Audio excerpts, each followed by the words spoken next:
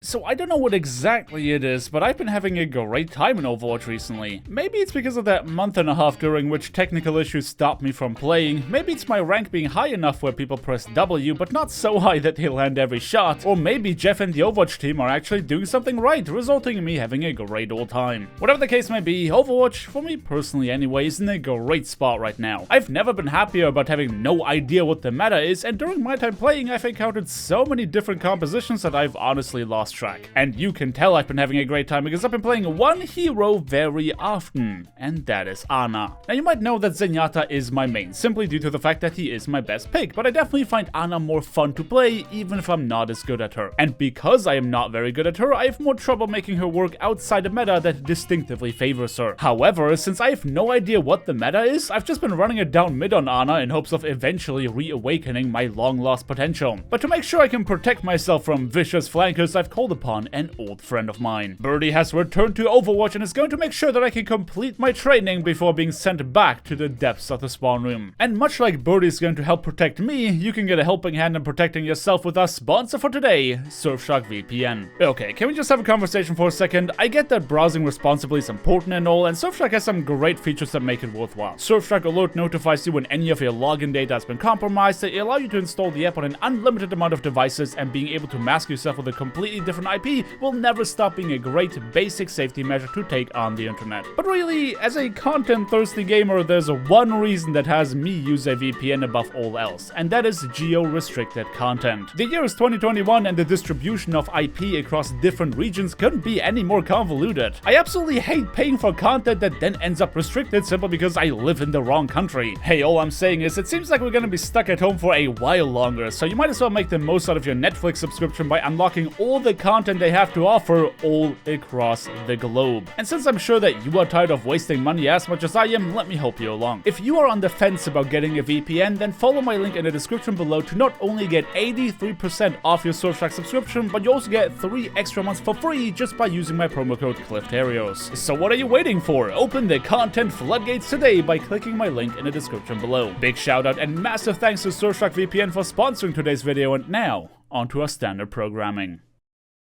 Arriving in Rialto, Birdie and I knew exactly which heroes we wanted to play. It's always a great coincidence to end up on a map where you can default to your comfort picks, but little did we know at the time that we weren't the only ones about to one-trick our favorite heroes for the duration of this game. But if there's one thing that comes packaged with being a one-trick, it's a whole lot of confidence born in vast amounts of experience. And the enemy team was about to learn just how confident we are. Between a Reinhardt that knows no fear and a Lucio that unbound the S-key, there was nothing stopping us from rushing into the enemy diva, who falsely assumed would be able to fly into us without immediately getting annihilated. Our Mei attempted to block her off with a wall, which unfortunately backfired, but we weren't worried about that. If anything, you can call that an extended stagger play, because while our Reinhardt was holding his own against the remaining enemy tank, my Mei boldly ran past that barrier to deliver the final blow just before sniping the mini diva that previously got away. Granted, our collective smashing of the W key briefly made us forget about the existence of the payload, so here's hoping that the few meters we lost don't come back to bite us. But there was one player who magically escaped our onslaught, now waiting for the right opportunity to strike and allow his team to gain control. And wouldn't you know it, as soon as the blue team arrived on site, Tracer began making her presence known by peppering me in the back. In cases like these, the payload is absolutely my best friend. It offers cover as well as minor amounts of healing, but the pressure was still on, which made it difficult for me to use my cooldowns to their fullest potential to keep my teammates alive. At least my nano boost came online just in time to keep my Reinhardt from taking lethal damage, which at this point in the teamfight would definitely spell doom for our chances to win. The enemy diva had since made a swap to Roadhog and continued to be an annoyance off on the flank, but eventually found himself chased down by Clutch and Birdie. Our front line had since stabilized itself, in part thanks to our McCree scaring the enemy Tracer off of me while continuing to collect eliminations. The defenders went for one last desperate nano blade, but at that point, even that was not enough to stop us. We were off to a fantastic start on our offense. One of the biggest fears I have on Rialto is getting stuck on the first point, so having blasted through it the way we did was a big weight off my shoulders. Though the enemies already began making hero swaps to attempt to counter our group of one-tricks, the two Reinhardt's patience was truly being tested when we clashed again at the next choke point. Finding the perfect balance between holding up your barrier and hard inting can be really tough, but for the time being, both of them were trying to feel out the other's playstyle. Surprisingly enough, the blue team was not trying to push their advantage when they found an opening pick on our McCree, and as much as we were ready for a retaliation, they gave us all the time in the world to stabilize. Their indecisiveness inevitably gave us the opportunity to shove them into a corner where they became a prime target for a graviton surge, combined with the collective power of all of our all left clicks. By the time our McCree returned from spawn, he saw the remaining defenders scatter about in a desperate attempt to at least pick up a kill before falling themselves, but it was obvious that Trap was not about to go in another walk of shame from the respawn room, and as such, he played the janitor as he cleaned up the staggering squishies. But they weren't the only ones reeking of desperation. Their mystery heroes playing off-tank Disco was trying to solo ult our Reinhardt in an act of defiance, but Birdie decided that a solo ultimate should be answered with another solo ultimate, allowing our team to remain intact. If you're anything like me, then games going as well as this one raise a lot of suspicion. This is not how I know Overwatch to work, and it makes me paranoid. Did the matchmaker fall asleep? Are the enemies not warmed up yet? How is my team going to react when we inevitably lose a team fight? I just had a feeling in my gut that our streak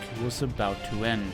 And that feeling was definitely justified when my tanks decided to push up without the rest of our team after explicitly having been told that one of them was down and the other one was escorting the payload. The enemy Hanzo came back swinging not only with the ridiculously fast execution of our Zarya, but with a follow-up Dragon Strike that really put the nail in the coffin. At this point, the thing that I was trying to save wasn't so much my individual teammates, two of which did a great job of securing our retreat, but our morale. I've seen it happen time and time again, especially down in Diamond. When you are rolling the opposition for most of the game, the moment something goes wrong, people start throwing a hissy fit. I may sound very pessimistic now, but trust me, that is an observation made throughout thousands of hours that I spent in this game. Though much to my surprise, our voice comms remained tight and nobody uttered as much as a word of complaint, allowing us to set up another attack incredibly swiftly. By then I felt more like a passenger than a member of this team. I mean, sure, I was providing boatloads of healing as well as a nano boost, but there were so many moving parts to how we engaged this fight that really left me impressed with how well my teammates are doing individually as well as together. But as it turns out, leaving me impressed is not necessarily good enough to take home the V-Bucks, because the enemies knew full well to take advantage of that 2 CP on wheels type of spawn advantage, which gave us a really hard time cracking the last point. Though if you want to impress me, you can easily do that by simply knocking on that like button. Trust me, it helps out more than you know. Honestly, there's no shame in failing to capture the last point on a payload map. That game mode is all about momentum, and once you lose it, it is really tough to come back. The key here is to know when you can and cannot get away with your life, either resetting quickly or disengaging preemptively to be able to get as many attempts as possible, though one of our teammates had a bit of a different idea. While the defenders were chasing us back to our spawn to try and stagger us, there was one player who remained in the shadows. Clutch One, the May player, was really trying to live up to his name as he was sneaking about in the underground. Nobody expects a one-trick Inquisition until it is too late, and much in that same vein, the defenders did not manage to arrive in time to stop him from capping. As you can imagine, there was a lot of cheering happening in our voice chat as that play secured our offense, but since there's always two sides to a coin, we had to make sure to not mess up our defense.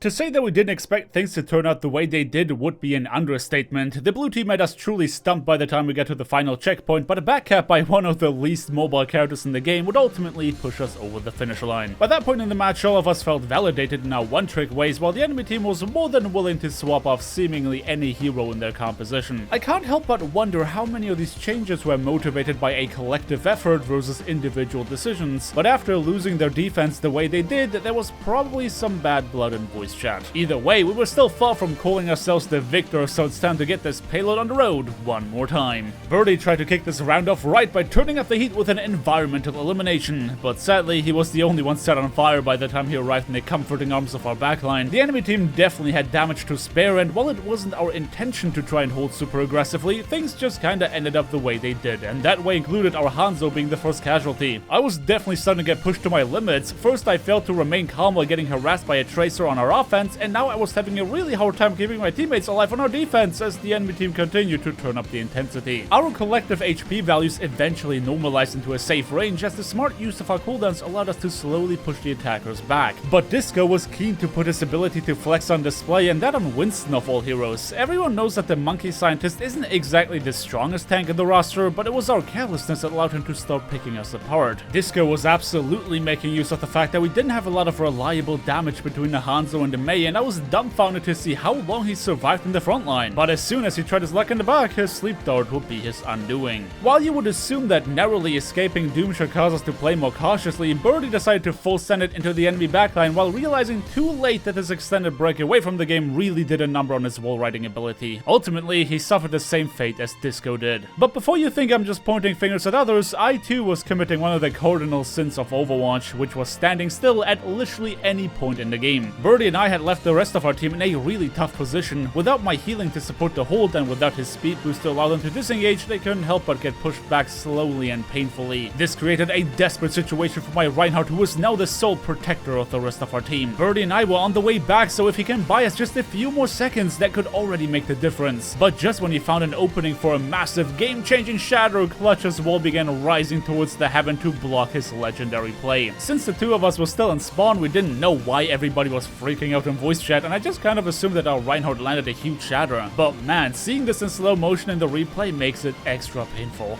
The support duo had only just come around the corner after those events transpired, barely in time to keep our Reinhardt alive, but too late to save our Mei. My Season 2 instincts were coming back to me, and I was looking for somebody out of position whom I could snipe to turn the tide in our favor. But before I could follow up any sort of worthwhile play, I found myself getting juggled by Disco. When it rains, it pours, because the Monkey Mess was really showing off his diving skills, which most assuredly put me into full panic mode, allowing for a well-deserved elimination. Though Birdie was not about to let him get away with murder, immediately setting his sight on him to reclaim my honor as soon as he returned from spawn. And well, let's just say that justice was indeed served. Of course, the goal of that mission was ultimately just to save my ego, and it didn't end up doing much of anything for us when it came to stopping the payload. Birdie paid with his life once again while the rest of us were trying to regroup. But only because we're down doesn't mean we're out, and if you think that our confidence was broken, then think again. Nice, Shadow. Nice. Big. Huge. Oh, we just go. We just speed into them now. They're on us off. I'm low. I got crowd. Reloading. Charge shield. Okay. Okay. Okay, maybe? No shield.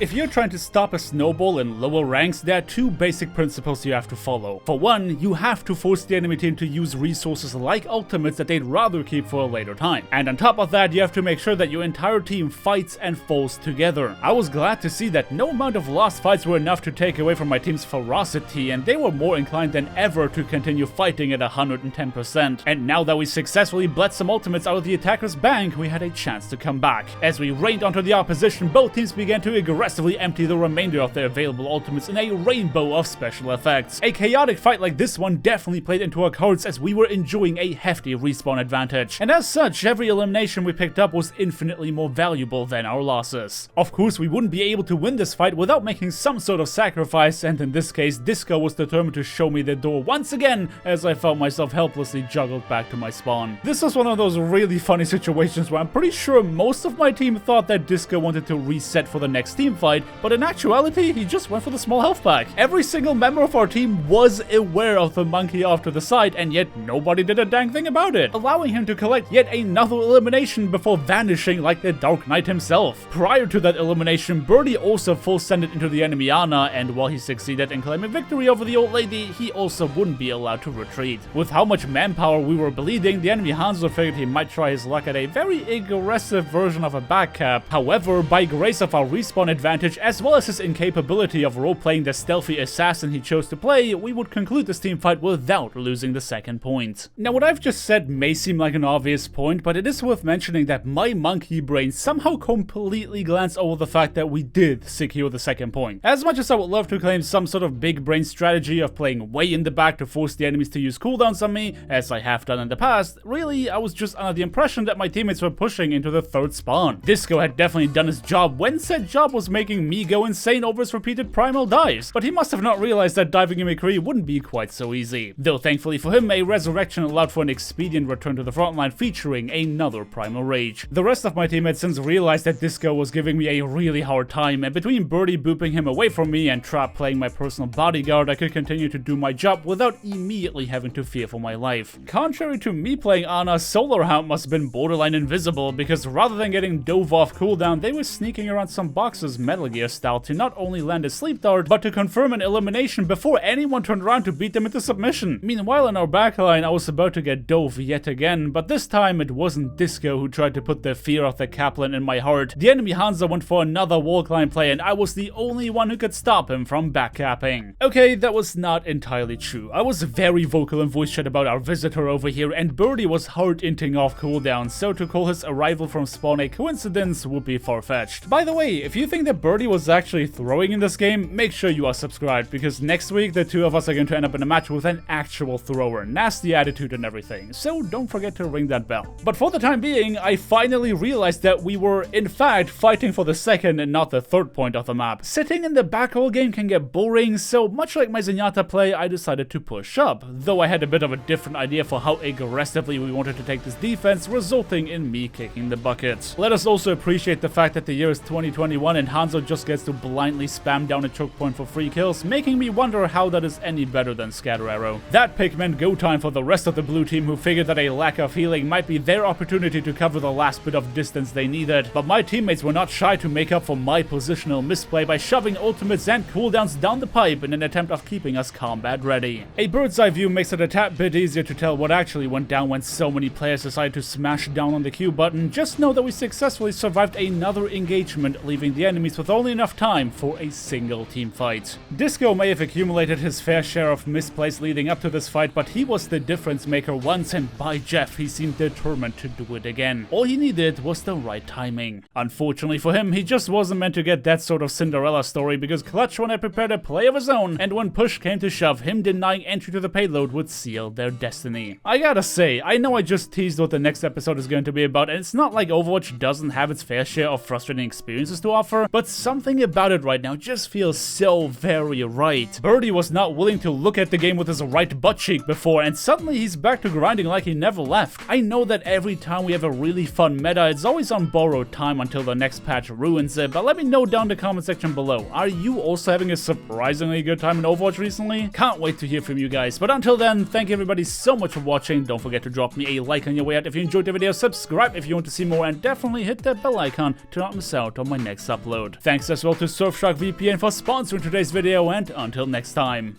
peace!